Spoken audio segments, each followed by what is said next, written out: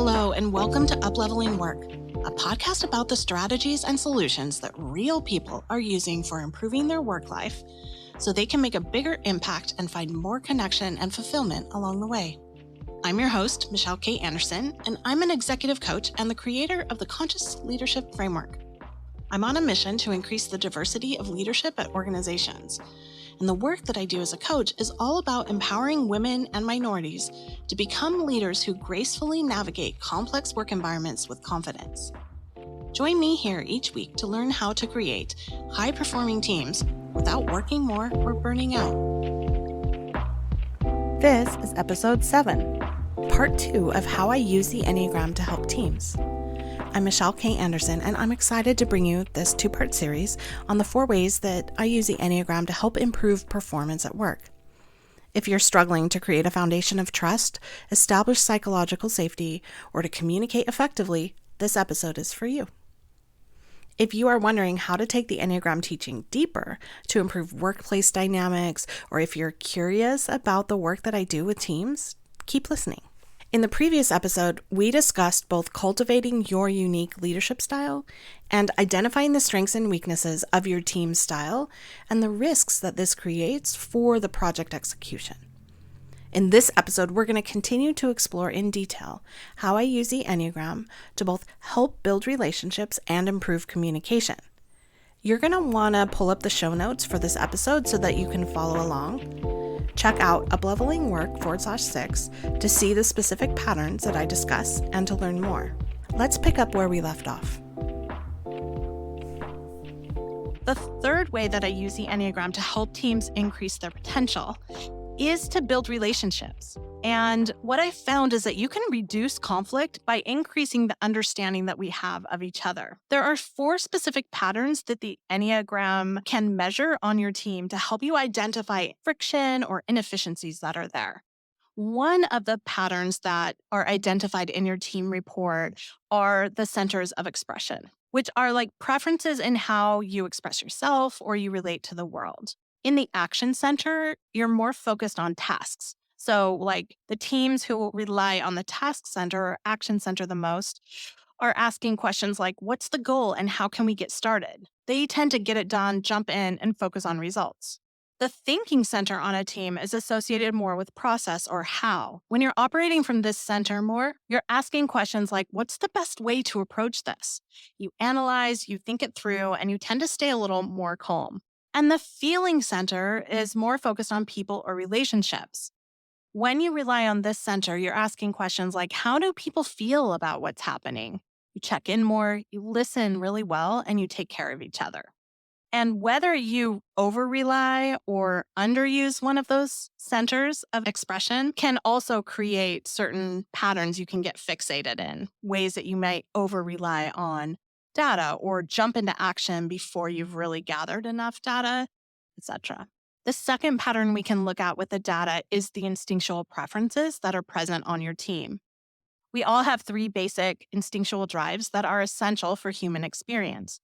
Think of these as primal, body-based forces that are necessary for our survival. They're separate from personality and are behind a lot of our life strategies. They're often unconscious and running in the background, yet they are powerfully directing a fundamental way of being in the world.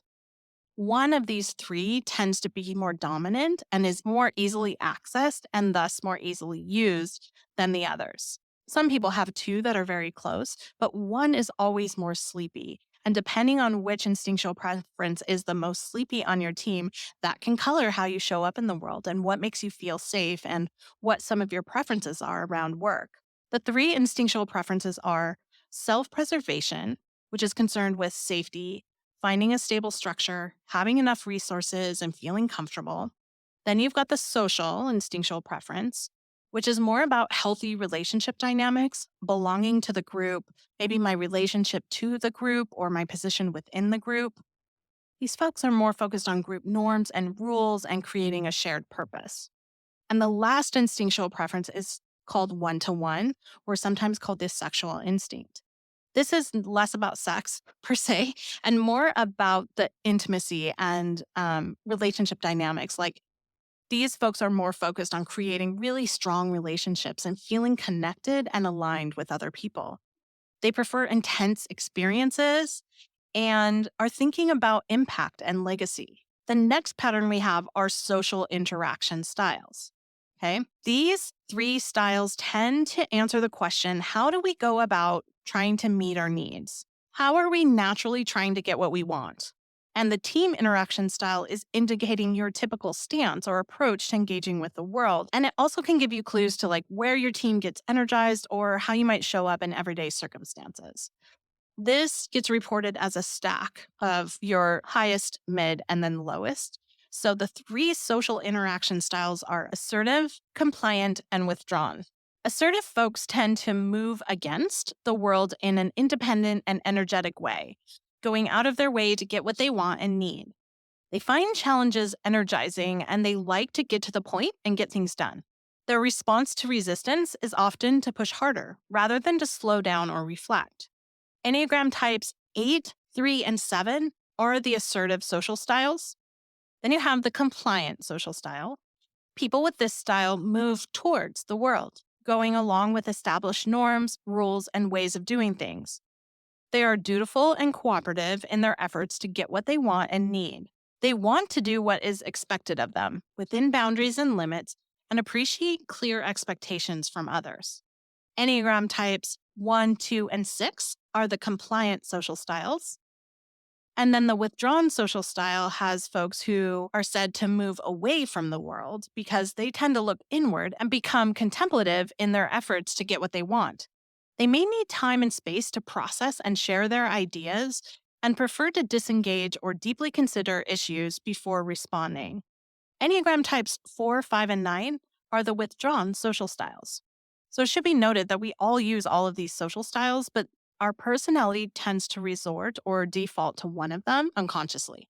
And you can see that sometimes friction or inefficiency or misunderstandings can happen just in the difference of social styles. So exploring this as a team can really help. And then the team report reports these as a stack where you can see which one ranks the highest on your team and which one's the lowest. And it shows you like a bar chart compared with your leader so that you can start to examine like power dynamics and how the leader style may be similar or different to the team style and what that means for your team and how you guys show up and interact with each other.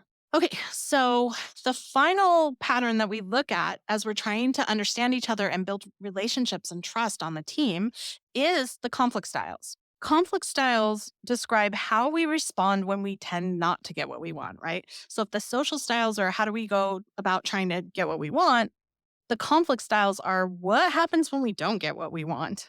The team conflict style represents the conflict response of the team overall and indicates the team's likely focus of attention during periods of conflict or when they do not get what they want.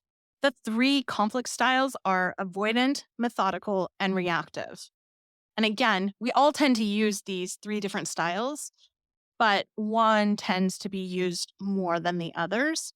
And your team overall may prefer, like one of these may be more acceptable than the others too. So the avoidant conflict style is also sometimes known as escapist or the positive outlook. This style focuses on making the conflict go away or escaping the impact. People with this style tend to disengage themselves from the situation, taking a positive outlook and moving on quickly. Enneagram types 2, 7, and 9 are the avoidant types. The methodical conflict styles are also known as the competency style. This emphasizes the need to put personal feelings aside and focus on addressing the situation or challenge in an efficient and effective way. Enneagram types 1, 3, and 5 are the methodical types. And finally, you have the reactive conflict styles. Someone with this style is not necessarily aggressive, but they do tend to react strongly and passionately and demand or provoke equally passionate responses from others involved in the situation. Enneagram types 4, 6, and 8 are the more reactive conflict styles. Okay, so that was the third way that I use the Enneagram to help teams reach their potential. We reduce the conflict by increasing the understanding we have of each other and building relationships. So, the fourth way that I tend to use the Enneagram to help teams is to help them be more effective in how they communicate. When we run the individual report, you get a lot of information about your style and how you tend to communicate. And this can draw your attention to some unconscious patterns or ways that you tend to show up in conversation that may or may not be helping you. I use an iceberg analogy to talk about the different elements of personality, that there are behaviors or thoughts or feeling patterns that are visible on the surface, but there are these other elements that are invisible and live in your subconscious that are driving those visible patterns. Things like mental fixation, emotional patterns, your sense of self, core beliefs about the world, or your default coping strategy for getting what you want that's driven by some unconscious fears. Once you understand these different elements of type and how your ego creates filters on reality based in a worldview that you've adopted, you can see more clearly how you contribute to each situation and open up to different ways of interpreting what's happening. That's a key stance for resilient and visionary leaders, being open to learning, entertaining the possibility that I might be wrong about something. See, each Enneagram type is driven by a different motivation, and communication and trust will break down when we interpret the actions of others through our own type filters. I'll walk you through the motivation of each type really quick now. I always start with type 8 because it's the first in the body center, and then I work my way clockwise around the circle of the Enneagram symbol. So, 8s have a need to be in control and to be strong. 9s have a need to keep the balance. 1s have a need to do the right or good thing. 2s have a need to be liked and appreciated. 3s have a need to outshine the rest. 4s have to be unique and authentic. 5s have to understand. 6s have to be safe and belong. And 7s have to experience it all and avoid pain. Conscious leaders are the ones that know when they're operating from that constricted ego defensiveness and when they are able to be more intentional and present because they're staying open and curious and can let those defenses down a little bit. Communication is so much easier when you can see things clearly. And as you work with the patterns of type, you can understand where others are coming from and how they might see things a little bit differently, which helps you not to take things so personally when they do come up in conversation.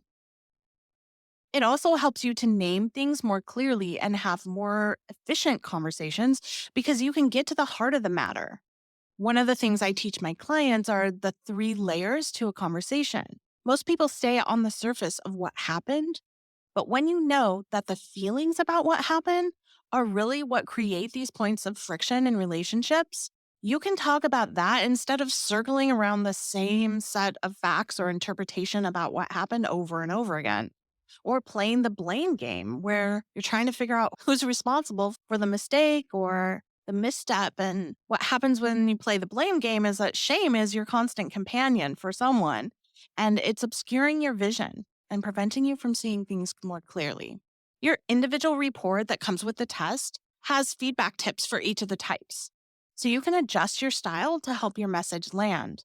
See, conscious leaders aren't just intentional about what they say, they're very aware that how they deliver it, the context, is more important than the content. And this information can be used in sales conversations too. Knowing what might be an unconscious need or motivation for a client or what their sensitivities are can help you be more intentional about how you pitch or engage with your clients. Working with the Enneagram can really develop your intuition around people in a way that isn't manipulative. It is an opening up to learning about why people do the things that they do and what helps them to feel safe or get excited. Gosh, what I wouldn't do to have this information early in my career when I was working at Amazon in account management and business development and doing negotiations. Negotiation or getting to yes feels very different when you have this intuitive understanding about those unconscious drivers. You can speak to something that's more real and more true for people and find better compromises and help them genuinely meet their needs in a way that feels like a win-win because there's depth and real authentic connection. When you think about being a more effective communicator, a lot of times we go to like tactics of articulating and posture and commanding the room. But the cool thing about working with the Enneagram types is that there's this whole other layer to communication that is happening at an unconscious level. And if you are blind to your own patterns and the ways that your ego is trying to protect you by limiting what you see, then you can't own your contribution to a situation. You can't see clearly why things are the way they are and how to get out of this mess or how to get to a better feeling state. But when you have the self-awareness and emotional intelligence to understand yourself and the other people on your team or your clients or even your family members, communicating when things come up feels less like a high-stakes game where I have to win or be seen or heard. Instead, it's an opportunity to connect, to get better data, and even to heal, to find ways to meet the real underlying needs in a way where we hopefully both get what we want. But even if it's not possible for both of us to get what we want, we're understanding what those trade-offs are and making the best decision we can for the team with compassion and empathy for what this means for all the parties involved. And that, my friend, is magic. When a team can engage in communication at this level, they are fully invested in each other. And when we're fully invested in each other, we can move with lightning speed to get the result that we want and need as a team. So here's how it works. Each person on the team takes the IEQ 9 test. And when they finish the test, they get like a 42-page report that details everything you need to know about your type. This allows people to start to work with the system immediately without having to understand all the other types. It's a very targeted reference document that you'll use and go back to again and again and again. Then I do a debrief with each person to make sure that this lands for them and makes sense, answer any questions, and make sure that their type resonates for them. The IEQ 9 has a 95% accuracy rating, which is significantly better than any other test on the market. And that's in part because it measures your Enneagram type from lots of different dimensions. So this is the only report that I'm using professionally right now, mainly because it's just an efficient way to get to the data quickly and because it allows us to run the team report. So that's the second thing that I'll do. After everybody's taken the test and received their report, and we've had a conversation about how it lands for them and making sure that that type feels right to them, then we'll run the team report. And what the team report does is it will overlay all of your information and then compare the team style with your leaders. And all of the illustrations and bar charts are helping you to visualize this data. It makes it feel more visceral and real. And then we tend to do like a team workshop to explore the results, either virtually or in person.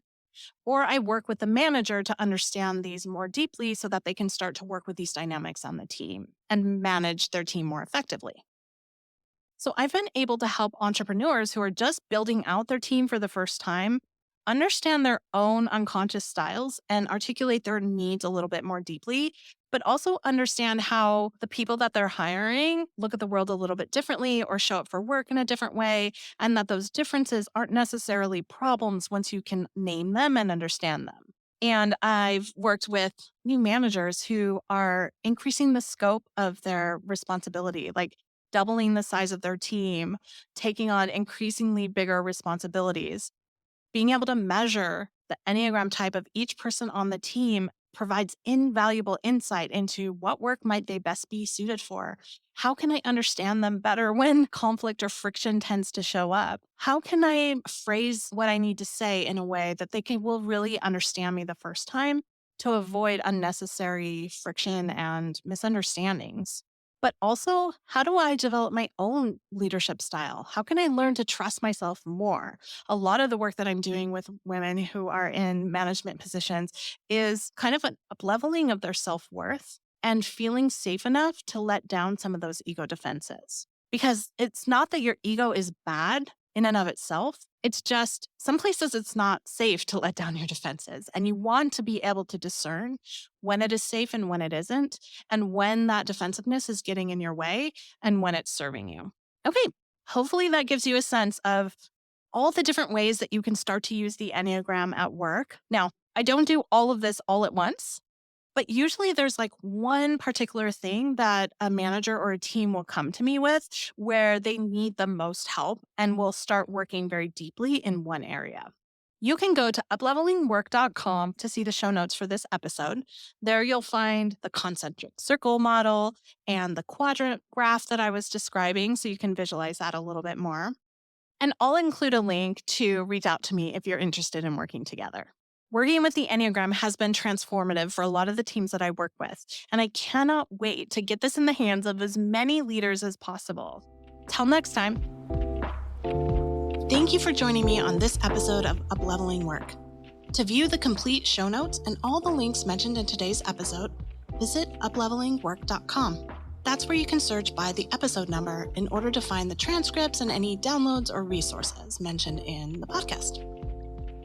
That's also where you can find my 10 Mistakes Managers Make ebook, which explains the most common mistakes managers tend to fall into.